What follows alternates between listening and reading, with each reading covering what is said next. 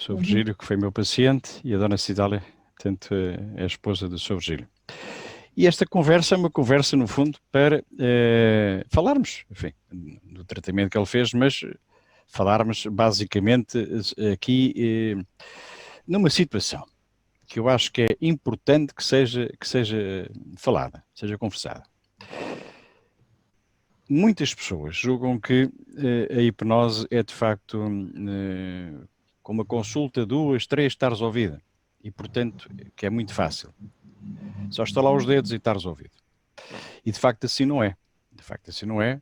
E também não é como às vezes me perguntam quantas consultas vão ser necessárias. Bom, não consigo. Não consigo. Isso até é algo que o Sr. Virgílio pode efetivamente, com essa experiência que teve como paciente, pode de facto, enfim, confirmar se eu posso dizer-se quantas consultas é que são. Porque, para já, cada pessoa é um caso. Não há duas pessoas iguais. Ou seja, cada um teve a sua história de vida diferenciada. Portanto, não há duas histórias de vida iguais, mesmo que sejam gêmeos.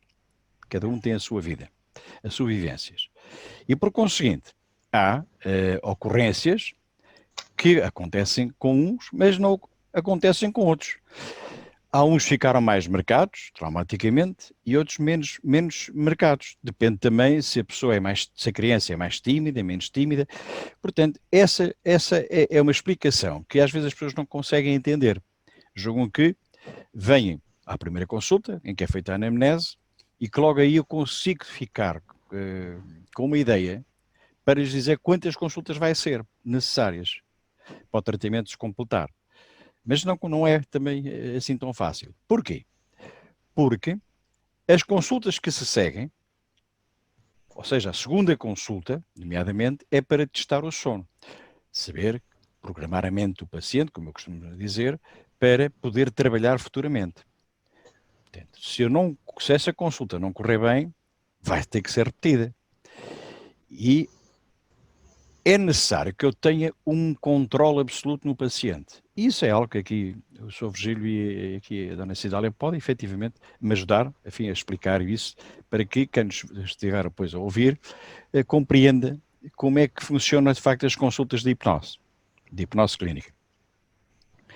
Por conseguinte, aqui com o Sr. Virgílio sucedeu o que acontece com alguma, não quer dizer que é usual, mas acontece com uma certa regularidade. A pessoa faz a primeira consulta, em que eu já começo a entrar, na primeira, não é a primeira em si é para fazer a anamnese. Vamos esquecer que essa é a primeira, tem que ser feita. Eu só posso avançar no tratamento depois de saber o historial clínico do paciente. Se eu não souber a história clínica pregressa, passada, do paciente, eu não posso avançar no tratamento, não posso fazer nada. Só depois de saber a sua história, só depois de saber onde é que houveram emoções vividas de alguma intensidade que tivessem deixado marcas traumáticas. E, por conseguinte, só depois disso é que eu posso avançar na consulta. Mas acontece com alguma, enfim, frequência, que naquela consulta em que eu já estou a entrar no subconsciente e que começo já a mexer nos traumas, que nessa noite da consulta, ou na noite seguinte, que o paciente até não vá dormir bem, até tenha pesadelos. E isso é importante perceber, porque há muita gente que fica assustada. Eu estou a ficar pior. Não, está a ficar pior ali 2, 3 dias. Até chegar à consulta comigo para eu eliminar tudo isso e o paciente ficar bem. Ora bem, foi isto que exatamente sucedeu aqui com o Sr. Virgílio. E ele veio, enfim, preocupado, porque, de facto, enfim, os sintomas tinham-se agravado. Portanto, os seus sintomas e pesadelos tinham-se agravado. E então ele, quando chega à consulta, reporta-me isso. E eu quero que agora entender, que ele explique o que é que depois sucedeu quando ele chegou até mim e que me reporta esses sintomas que tinham sido agravados, o que é que sucedeu a posterior depois de ter feito a consulta. Passo-lhe a palavra, Sr. Virgílio. Sim, depois da segunda consulta foi muito difícil. a nível de dormir, pesadelo, voltou tudo, o cérebro muito Quer dizer, não, confuso, desculpe, não foi uma questão de voltar, manteve-se. Porque você manteve-se, sim, já tinha ido lá, tinha ido com dar mais consulta frequência, por foi causa mais, disso, né? Por causa da ansiedade e por pois, causa dos foi, pesadelos que tinha durante a noite e que não deixavam dormir, ou seja, não tinha qualidade de sono. O sim, seu sim, padrão do sono era um padrão irregular, acordava durante a noite várias vezes. porque sempre foi aqueles medos, aqueles traumas que tinha, e o cérebro ficou assim um pouco abananado, e que até liguei para si, né? A perguntar, mas e depois pronto, quando fui à outra consulta já começou a melhorar muito melhor, muito, a dormir melhor, mas pronto, foi muito mais consultas para recuperar. Claro, portanto, ao todo, podemos falar, ao todo mais ou menos foram feitas 11, 12 consultas à volta disso. Sim, sim, sim, foi à À volta volta disso. disso. Mas até concluir o tratamento. Até concluir o tratamento. Sim, Portanto, sim. foram necessárias essas consultas e depois eu vivenciar os traumas, também explicar, já tivemos a conversar sobre isso, até explicar que esses pesadelos que você tinha antes de chegar às minhas consultas eram os pesadelos um pouco estranhos. Sonhava com mortos, pessoas Aos feridas, esqueletos. pessoas no caixão, pessoas, e portanto isso era um pouco estranho. Você sofria de noite, acordava em sobressalto com esses pesadelos. Uhum. Com presenças também, né? Presenças, Sentia, além dos pesadelos, sentia presenças também de pessoas, né? Via, depois via Neste caso, mortos, né? Espíritos, digamos. Né? mortes, sim, sim. Além de Eh, sonhar, era, sim. Além era, de sonhar, depois também acordar, também mas depois vira-se um sentia bocadinho assim mais a mesmo. câmara que é para a gente ver a Dona Cida. Ela está a falar. Eu até Pronto, se assim. tenta aparecer. Assim só metade. Não, está bem. É assim só. É porque está a falar e não se está a ver. chega mais para cá. Mas foi isso, é. Ah, Mas isto seguiu isto foi. durante anos e anos, né? Durante anos e anos que tinha esses tipos de pesadelos durante a noite. Pesadelos. É pá, graças a Deus agora já não os tenho. Graças ao doutor. Sim, graças ao doutor. Eh, Vamos lá, então por Graças ao partes. doutor. Depois, porque nessa altura tinha os pesadelos, mas não sabia o que se passava. Certo? Se calhar até pensava que tinha algum dom, como você diz, não é? Que até Exato, chegamos a falar sobre isso. exato, porque enfim já têm chegado tantos ao longo destes 20 anos que vêm que têm dons, têm os dons que veem os mortos e não sei o quê, conversam com mortos, Uhum. e no fundo o que elas têm são traumas, né? Uhum. São traumas que as Mas pessoas chegarmos têm. até essa conclusão, temos que falar com pessoas que nos aconselhem Sim, e mas compreendem. os conselhos é quem não entende a mente, quem não percebe os mecanismos da mente, não entende isso. Entende, leva logo para coisas transcendentes, não é? Metafísicas. Dizendo que tem. O princípio fiquei muito preocupado. Uh, tanto preocupado que eu liguei para si e fiquei muito preocupado porque fiquei mesmo há Agravou. 3 Sim. dias que Não pronto, conseguia não conseguia trabalhar, ser nem nem trabalhar, mas pronto, Uhum. mas foi difícil. Mas depois quando cheguei à consulta era à terça, não era? Ou a Era quarta? a quinta. À quinta. Foram 2, 3 dias assim um pouco desagradáveis, mas depois melhorou até chegar Foi. à consulta, depois a Chegou à partir daí consulta já. comigo, eu depois anulei completamente, enfim, todos aqueles sintomas que estava a ter, que estavam a Sim, deixar sim, com mais ansiedade e, enfim, com grande dificuldade em dormir, já não dormia às noites como devia ser. Portanto, não sim, dormia sim. anteriormente, eu depois pulo a dormir, consegui pô-lo a dormir logo, na segunda consulta ficou logo a dormir, mas depois começaram esses pesadelos em dobro, Uhum. digamos, portanto, estava Dobrou e preocupado e triplo. agitado, ou triplo. Mas assim que depois chegou à consulta, então eu anulei completamente isso. É aqui que eu gostava que então me dissesse, que agora sabe, porque não sabia a razão, ou seja, no seu subconsciente Uhum. estava lá a razão, né? Estava lá a causa que estava-lhe a provocar tudo isso, mas não sabia o porquê, porque é que sonhava com mortos. E convém explicar aqui o que é que aconteceu com o Sr. Virgílio, que ele tinha esses pesadelos com mortos. Porque isto é tão usual, que convém de facto explicar.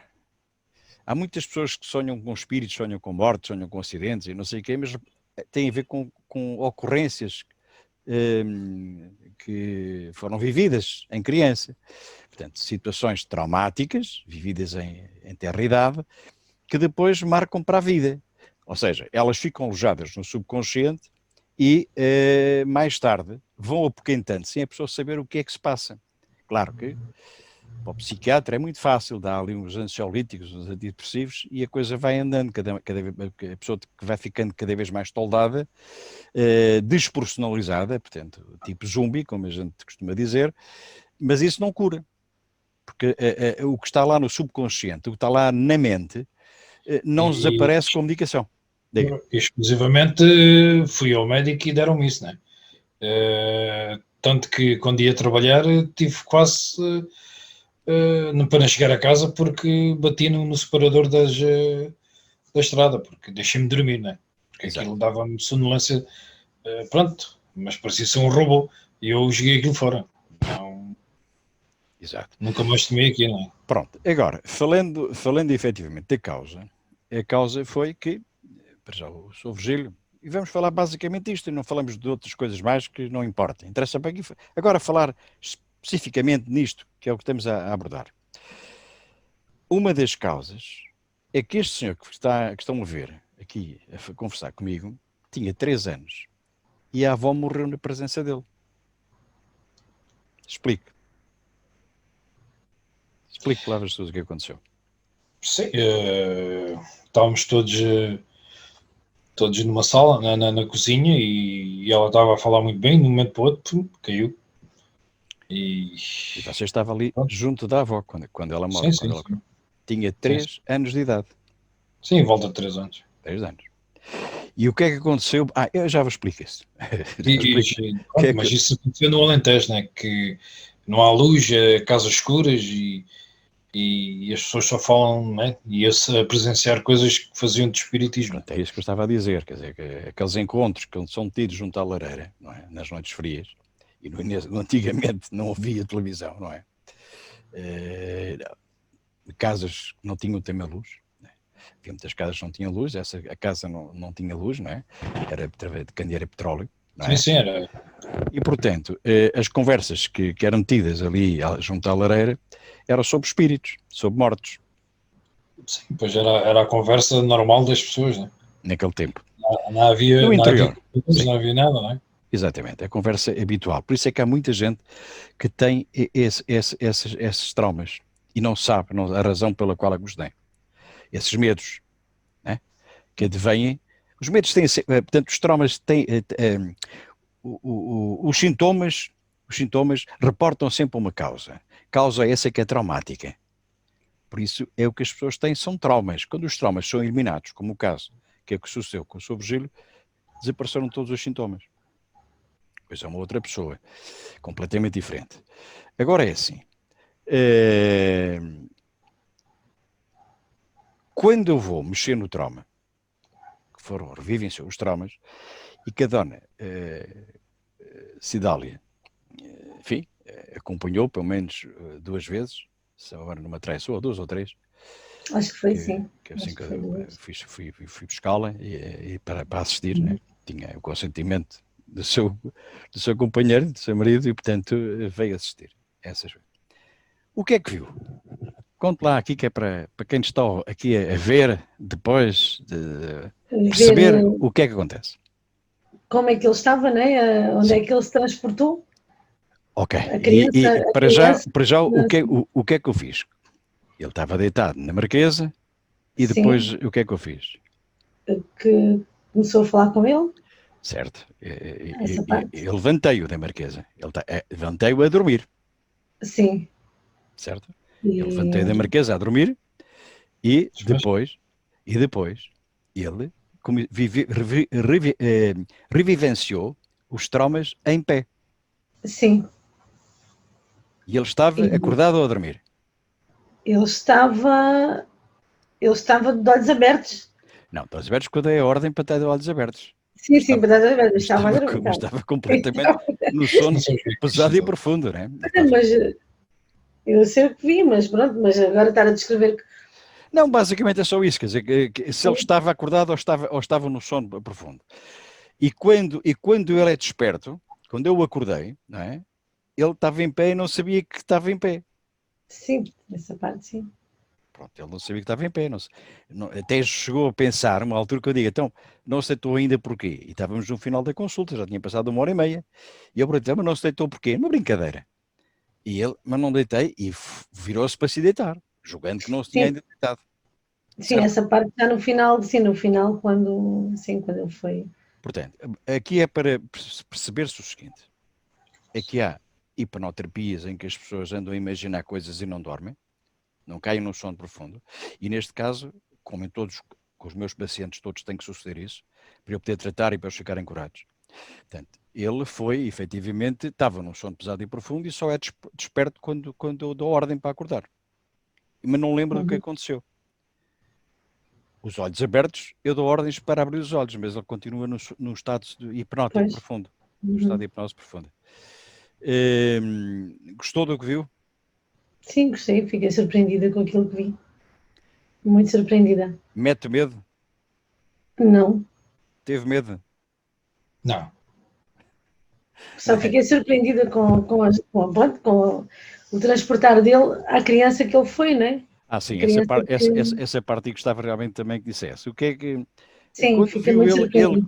sendo uma criança ali, porque ele fala como criança, e a vivenciar Fala, as coisas, a chorar e a viver as coisas como criança, sim, e depois quando eu dou ordens para acordar, está tudo normal, ele não sabe nada. tudo normal. E ele muito surpreendido porque é que ele tem lágrimas, ou porque é que realmente Exatamente, o que é que aconteceu ali. porque é que o rosto estava molhado, não é? Porque tinha É chorado, isso, que não sim, sabia a razão do porquê. nada. As pessoas pensam que se sofre. Ok, a criança está a reviver a situação traumática que lhe aconteceu. Está lá naquele exato momento. Ele é regredido na idade para lá para esse momento. Mas quando é desperto, está bem. Está Sim, tranquilo. fica, muitas das vezes ficava leve, Sim, sim, fiquei saí dali leve leve, às vezes. e contente, não é? Sim, saía dali sempre bem disposto. Sim, Leve porque tinha sido um peso de cima, entre aspas, no fundo tinha sido. Toda aquela Sim, carga sim. emocional, traumática que estava em si, desapareceu. E, portanto, ficou bem. Ou seja, o ficar bem, convém também dizer que já terminou as consultas já há algum tempo, há para aí quase à perto do mês, à volta disso. Sim, sim, à parte do mês. E de lá para cá, está na Continuo mesma, bem, tudo igual. continuo bem, leve, sem pesadelos, sem medos de arrepios, entra em casa, sim. sai Uhum. e já não vejo nada. Sim, porque antes até ele tinha receio de dormir, né? Porque Pois, voltava sempre aquilo evidentemente, todas as noites. seria O perfeitamente dormir natural. para ele Seria perfeitamente natural. era sempre um tormento, sempre que chegava a hora de dormir, né? Porque tinha medo que voltasse tudo, Exato. Hoje há uma outra pessoa tudo completamente outra diferente. vez. Mas Já é uma não outra foi pessoa fácil, completamente né? diferente. Não foi fácil também para quem acompanhou Evidentemente, esta. viver esse tempo todo com alguém, enfim, depressiva, no fundo, com Uhum. muita ansiedade, enfim, e com esses medos todos. Era uma pessoa realmente, você estava atrofiado por causa dos medos. Pois, Hoje não, e hoje o está. doutor sabe, não é? Aquilo que nós às vezes falávamos sobre isso, não é? Sim, sim, sim. Arranjar uma solução para que isso passasse, para fazermos qualquer coisa, né? Exato. Para poder ajudá-lo, porque quem está ao lado também não é fácil, não sabe o que fazer. Com certeza, não é fácil. Não é E fácil. mesmo depois das consultas também não foi fácil, né? Porque também baralhava muito as reações, os dias que vinha confuso. Sim, mas isto durante o tratamento, não foi depois do Durante o tratamento também, Sim, sim, é isso que eu porque digo, não depois foi quando também fácil. o tratamento terminou, concluiu, a partir daí nunca mais ele teve qualquer Não. recaída. Porque depois também há aquela situação dele também não querer depois ir, porque depois vinha. Haviam vezes que ele não vinha bem, né? Sim, sim, sim. Eu já não vou lá mais, então se eu vou ficar assim, eu não vou mais às Isso foi o que consultas. nós conversamos há pouco, não é? Ele a dizer Uhum. que inicialmente, ali pelo menos umas 2, 3 consultas ou 4 Sim, consultas, sim, 4 consultas, 4. as coisas não estavam, eu estava a mexer nos traumas e não tinha, eu tinha que os anular completamente para ele desaparecer todos esses sintomas. E E é portanto, preciso uma grande existe, força de vontade também. exato, é necessário, os pacientes por vezes têm que ter paciência, têm que esperar, É porque isto não é fácil, eu estou a lidar com o subconsciente. O subconsciente não, não é uma mente analítica, como é o nosso consciente. E, portanto, eu para eliminar tenho que fazer uma abreação, tenho que fazer uma catarse. E essa catarse, por vezes, o trauma foi tão violento que é necessário fazer mais que uma passagem. Ou seja, tem que ir lá mais do que uma vez fazer a catarse, para ele ficar bem resolvido. O que aconteceu, efetivamente, que o Sr. Virgílio hoje está completamente outra pessoa. Olha Só para ele. mas é preciso o paciente também, doutor, querer muito ficar bom e ter paciência. Obviamente, colaborar. E também colaborar, porque senão isto depois não vai... Mas é isso que eu farto-me de pedir. É isso que eu farto-me de pedir, farto-me de dizer. Colaborem para que as consultas corram bem. Se o paciente não colabora, não faz aquilo que eu peço, por exemplo, eu posso falar sem problema algum de uma consulta em que eu disse ao Sr. Virgílio, epá, vamos anular a consulta não vai para a frente. Eu disse, pronto, enfim, não pagou a consulta, evidentemente, porque eu suspendi a consulta. Ele não estava em condições, ele vinha agitado, portanto eu não consigo levar para um sono profundo, eu tenho que ter condições para trabalhar. Muitas pessoas não entendem isso, quer dizer, pensam que isto é parecido com aquelas hipnoterapiazinhas em que a pessoa está de olhos fechados e anda ali a imaginar passeios à beira-mar. Aqui não, comigo não. Comigo a coisa tem que funcionar, o paciente tem que colaborar e se colaborar tudo vai correr bem. Há que esperar, porque há situações, como já referimos e volto a repisar, há situações em que o paciente sai da consulta e sai mais agitado. Porquê? Porque teve a reviver traumas que não foram ainda anulados completamente. Isto faz lembrar, há aqui uma certa analogia com a ferida física, a ferida orgânica. Portanto, a pessoa que tem uma ferida, por exemplo, na mão, se lhe forem tocar, tem aqui uma crosta, mas por baixo as coisas não estão ainda saradas. Se lhe forem tocar na mão, ai que me dói, não toca, porque me dói. É exatamente com a ferida psicológica ou a ferida emocional, portanto é a mesma coisa. Portanto, quando eu faço a anamnese e que estou a tocar nos pontos estratégicos que ocorreram na vida desse paciente aí em minha presença, basta eu tocar em algo que não foi muito agradável para começar os olhos a ficarem umedecidos, começar até as lágrimas e se calhar até a escorrerem. Mas eu tenho que falar, tenho que perceber, tem que ser relatado na anamnese tudo o que aconteceu. Porque se não for relatado, for escondido, eu irei depois descobrir. Mas vai levar tempo. Ora bem, essa ferida física, digamos, que tem crosta e que ainda dói, o que é necessário fazer? Pedir à enfermeira ou enfermeiro para tirar aquele pus. Aquele pus tem que ser expurgado. E só assim é que a ferida vai começar a sarar. O mesmo acontece com as feridas emocionais. Elas estão alojadas no subconsciente, mas enquanto não forem expurgadas convenientemente, não é? Enquanto não forem eliminadas convenientemente os traumas, a ferida continua lá. Não a doer como doía inicialmente, mas continua a doer. Continua a prejudicar. Lá está. Saía da consulta inicialmente e não ia bem. Porque eu estava a mexer na ferida, mas não tinha acabado de expurgar o trauma. Por isso é que continuava com esses sintomas. A partir do momento em que eu consigo eliminar os traumas todos, aqui está o nosso amigo Virgílio. Fortição. E saudável. Com muito mais mais sorriso. Para gritar para Portugal, que agora Portugal está a nos dar essa algaria, não é? Pelo menos ganhou a Hungria. Esperemos que o resto também corra bem. O resto das partidas. Se eu soubesse isto mais cedo, já tinha recorrido muito mais cedo do que fui, só agora, não é? Pronto, mas pronto. Mas as pessoas têm sempre aquela maneira, isso é para pessoas disto, mas pronto. A gente, ainda bem que fui. Ok. E uma boa hora que graças a mim. Fico satisfeito. Eu que andei a investigar essa situação toda do doutor, já o acompanhava, já vi um ano. É verdade, contactou-me, eu expliquei-lhe a situação e ele veio. Depois primeiro entrei em contato com o doutor. Foi um paciente que se entregou-se. Não é aquele paciente que vem desconfiado e tal. Sou sincero, odeio aquele paciente que vem desconfiado. Odeio. Não, há pessoas que são desconfiadas. Essa desconfiança é quase patológica, que é aquela pessoa que dificilmente se deixa entregar, porque é uma pessoa que está habituada a dar ordens, a mandar. é aquilo que a gente diz às vezes, é assim de gancho. Essas pessoas assim têm uma personalidade de tal maneira que não se deixam dominar. Portanto, eu tenho que utilizar estratégias para conseguir entrar no subconsciente dessa pessoa.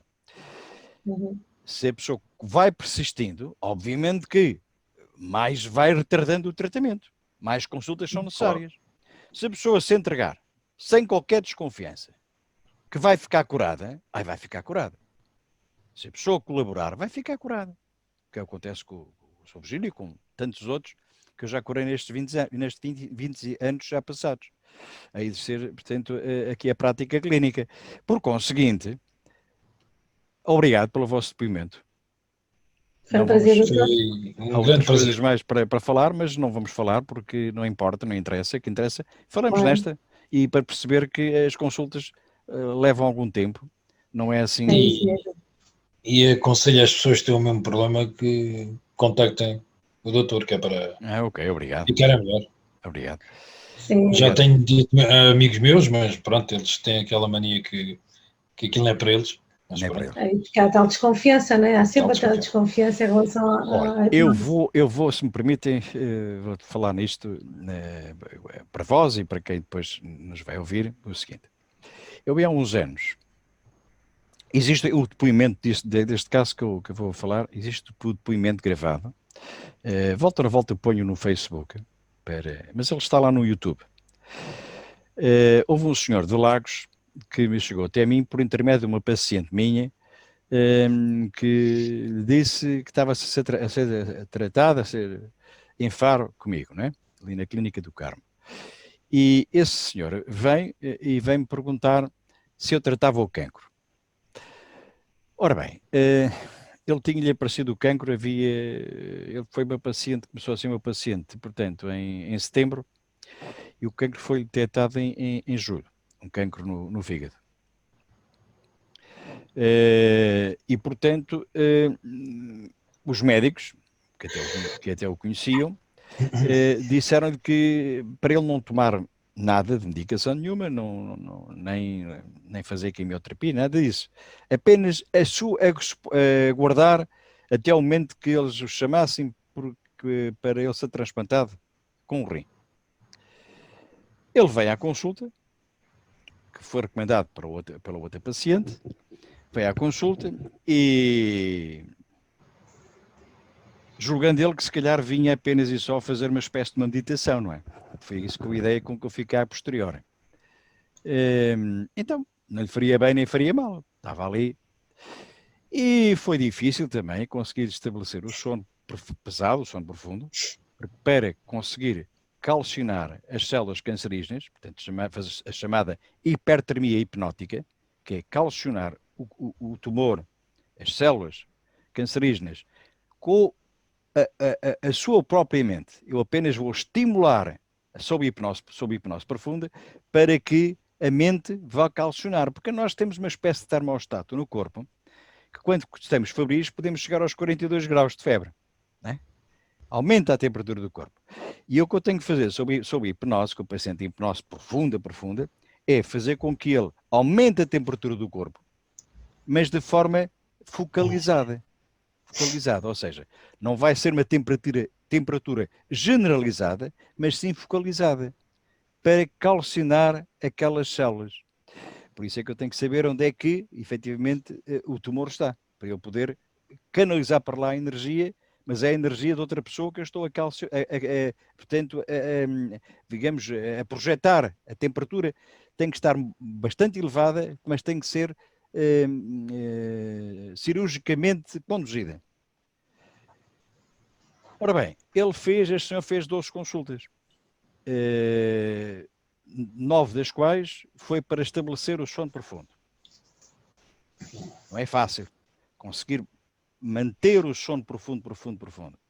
Um estado de hipnose profunda, no estado sonambúlico, ondas delta, portanto, e também no sono não REM, para que eu pudesse operar isso. Depois dessas 9 consultas, comecei então a fazer a hipertermia hipnótica. Então, a calcionar já as células cancerígenas. Na 12ª consulta, a filha telefona para a clínica a dizer que o pai tinha sido chamado para ir para Coimbra para ser transplantado. E tinha dito, inclusivamente, e telefonaram para a clínica para avisar que o pai não ia no dia seguinte porque já tinha ido para Coimbra. Mas eu cheguei a levar a literatura, por acaso que consta várias páginas, um dossiêzinho, que consta do meu trabalho que eu fiz quando fiz o doutoramento em hipnose, fiz na área da hipertermia hipnótica, e aquilo está em espanhol. Eu levei aquilo e disse, olha, leve isto para Coimbra, mostra aos médicos, está em espanhol, eles vão entender, não vale a pena estar a passar isso para português, só leva isso para os médicos saberem o que é que está a fazer nas minhas consultas. Claro que ele não levou. Enfim. Ele diz-me a mim que depois que se esqueceu. Bom, quem está aflito e quem tem um problema certamente não se vai esquecer. Vai levar aquilo para os médicos verem. Ou seja, mas ele como sabia, ou pensaria ele, melhor dizendo, que estaria ali apenas para uma meditação. Mais nada do que isso. Tanto que ele, às noites, dormia bem. Eu programei a mente dele para ele dormir. Portanto, ele andava a dormir, andava calmo, tranquilo. Já nem se andava a pensar no tumor, no cancro que ele tinha no fígado. Porque eu tinha já feito para ele não pensar nisso. Portanto, a mente dele estava relaxada, dormia bem durante a noite, só que portou-se mal neste aspecto. Não levou para os médicos saberem o que é que eu estava a fazer, qual era a minha intervenção nesse paciente.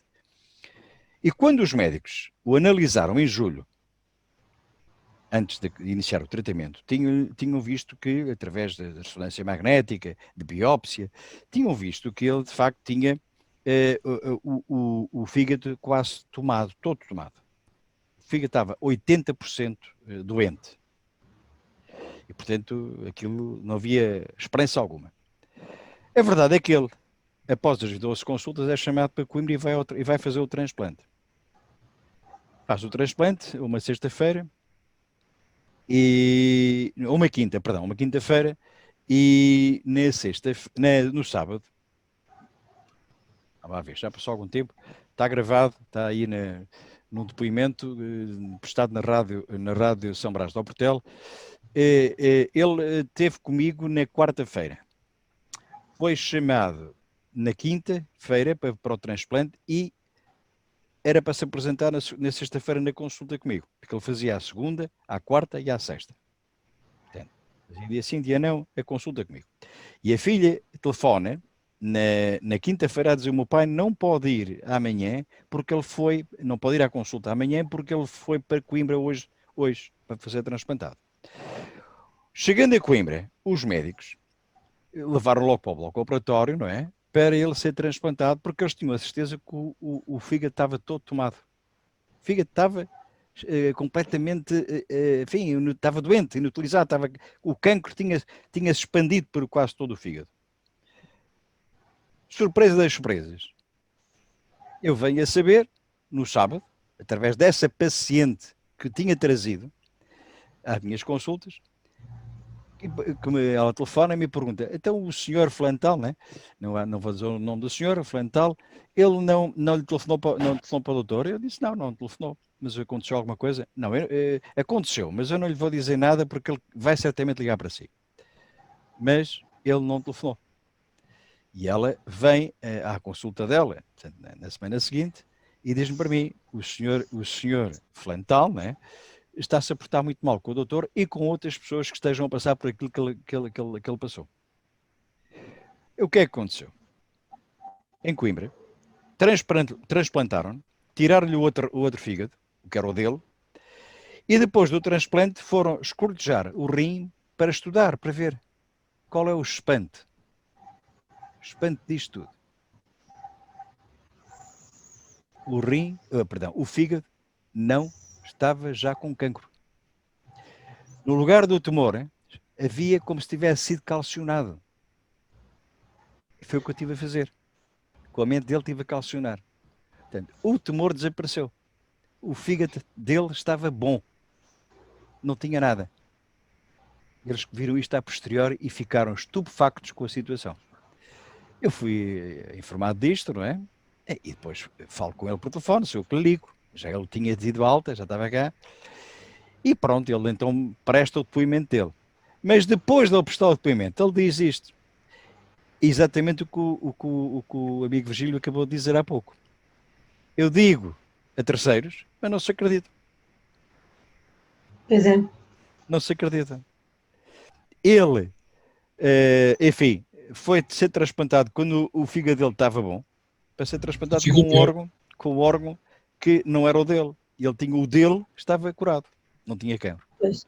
Portanto, o trabalho que ele teve a fazer comigo foi certo. Eu consegui calcionar o tumor e o tumor desapareceu. Volto a dizer, isto está em depoimento, está no YouTube, e este meu depoimento dele, e que eu gosto que as pessoas possam ouvir de vez em quando isso, para reviver e para irem vendo que realmente é uma palermice, eu falo mesmo assim, as pessoas ouvirem os relatos que são relatos verídicos, verdadeiros, e ficarem na dúvida. É isso. Pois. Ficar na dúvida. Porque a nossa mente tudo pode curar. Bom, não vou empatá-los mais. Isto também é compreensível de falar, porque as pessoas ficam ficam resguardadas por falar dos assuntos deles, né? Dos traumas que eles têm, disto ou daquilo. Também acontece isso. Acontece. Pronto, as pessoas terem receio de virem falar das suas feridas.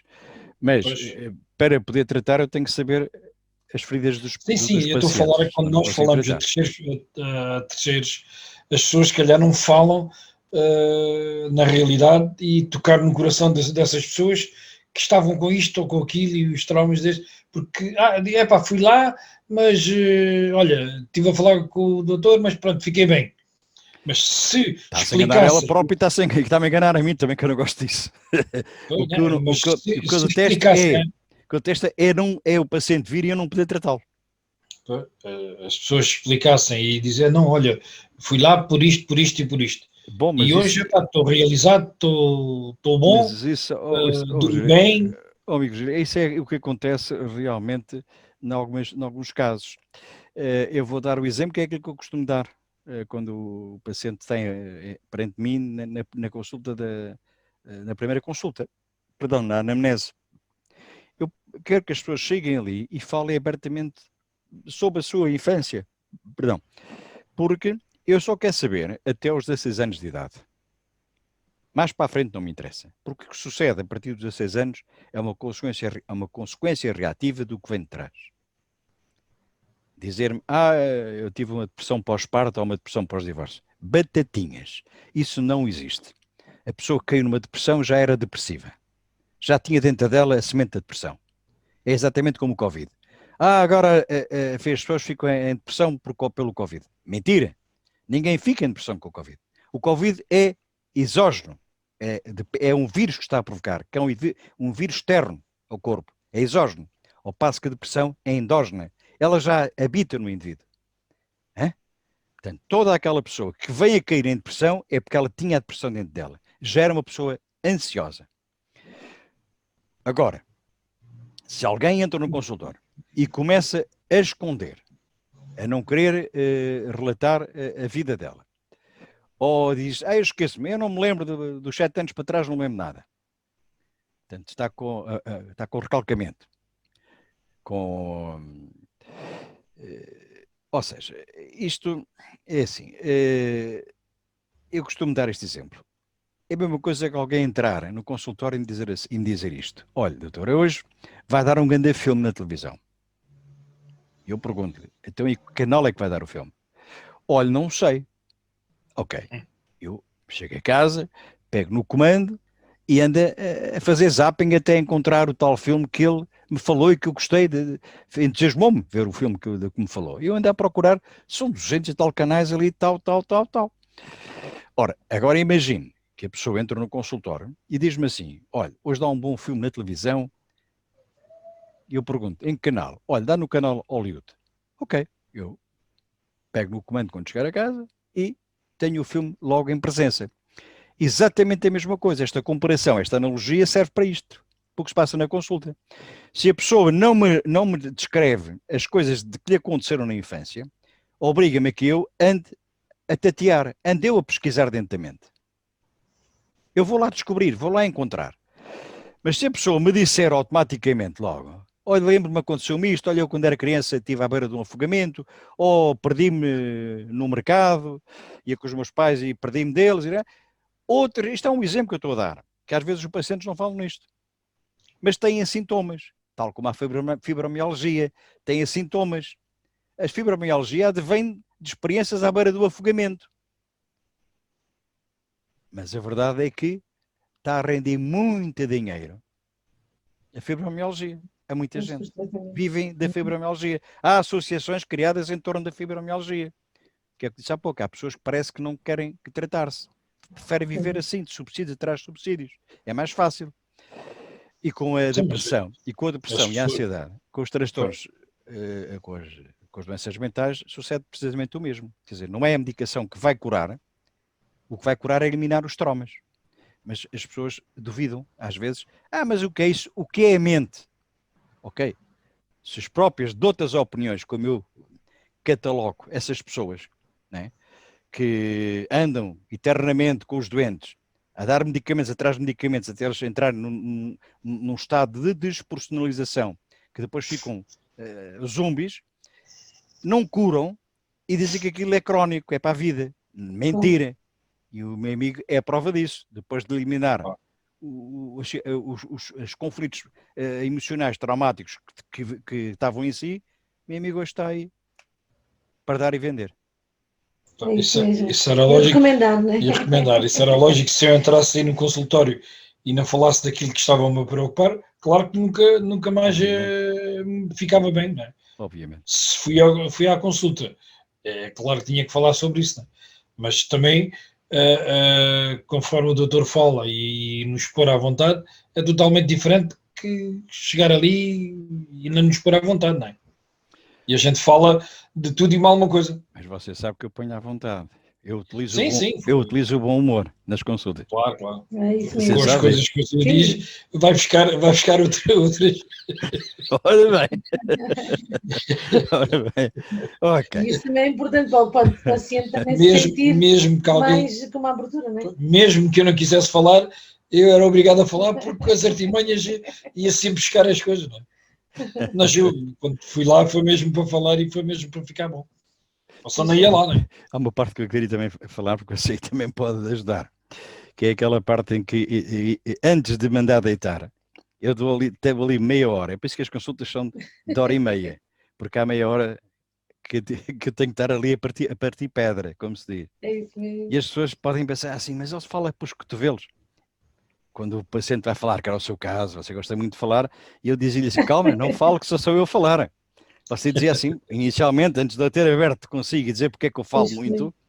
disse-me assim, bolas, mas este indivíduo fala para os cotovelos. Obviamente que Então, os cotovelos que é para depois lhe produzir sono. E você, ao fim da meia hora, estava já ali a bocejar e a bocejar, já carregado de sono. É a conversa da treta. Se o paciente fala, nunca mais chegou ao sono. Se for só eu a falar, não é? É uma estratégia. Só eu a falar, a partir daí, ele quando se vai deitar já não tem capacidade nenhuma de... Mas a conversa era tão boa que a gente também tinha que participar. Só que se participasse da minha sono. Essa desperta a atenção ao paciente, eu tenho que mudar de conversa. Porque, houve uma consulta em que eu tive que anular a consulta também, por causa disso. Foi. Você gostou tanto da matéria que quis participar nela e depois eu já não consegui levá-lo para o som de Acho que foi do futebol ou foi tropa, não me lembro. Qualquer coisa dessa. Aí não tive sorte no tema que escolhi. Pois, o primeiro sono não apareceu, depois acabou-se. Exatamente. E eu aí tive que anular a consulta. Ok. Obrigadinho por terem participado, ter também ajudado a esclarecer aqui isso mesmo. As nossas... E aconselhamos também as pessoas que estão a passar por maus momentos que pensem e tenham coragem, força, né, para se tratarem e acreditarem que realmente vão ficar boas, porque e também terem alguém que os acompanhe também, que os possa dar apoio, porque a pessoa sozinha às vezes não consegue. Tem que ter alguém que os apoie e que tenha paciência para conseguir apoiar durante o tempo em que duram os tratamentos. Exatamente. Portanto, É fundamental. uma haja ao doutor. Obrigado. E Um beijinho para si, Cidália, e um grande abraço para si. Obrigada, Obrigado Só pela tenho vossa que agradecer por Ok, hoje ser outra pessoa. ok. Um abraço para si e E mais uma um boa beijinho. noite. Um beijinho e boa noite. Vá. Obrigado, Boa noite. Com doutor. licença. Com Ok. licença. Obrigadinho, Uma doutor. boa noite, Com então. licença, boa noite. Boa Com noite. licença. Com licença. Com licença.